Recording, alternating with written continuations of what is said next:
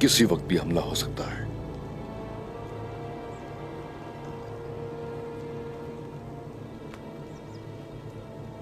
हम उनकी लाशें गिराने आए हैं, लेकिन हम जिस जमीन पर बैठे हैं वो पुरानी हो गई। इसका क्या मतलब है जरकुताय?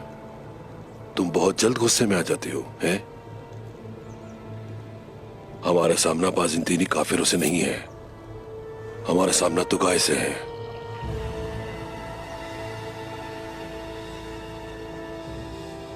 क्या तुगाए सरदार का फेंका हुआ दाना निकलेगा?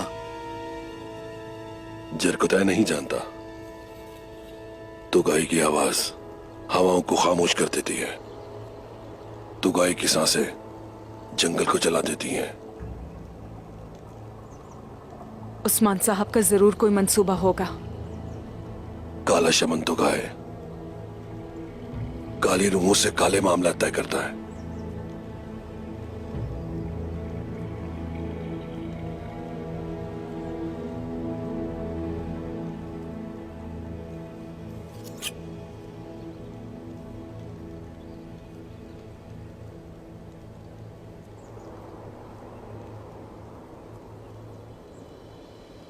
मुझे लगता है चचा ने उसको खबर नहीं पहुंचाई।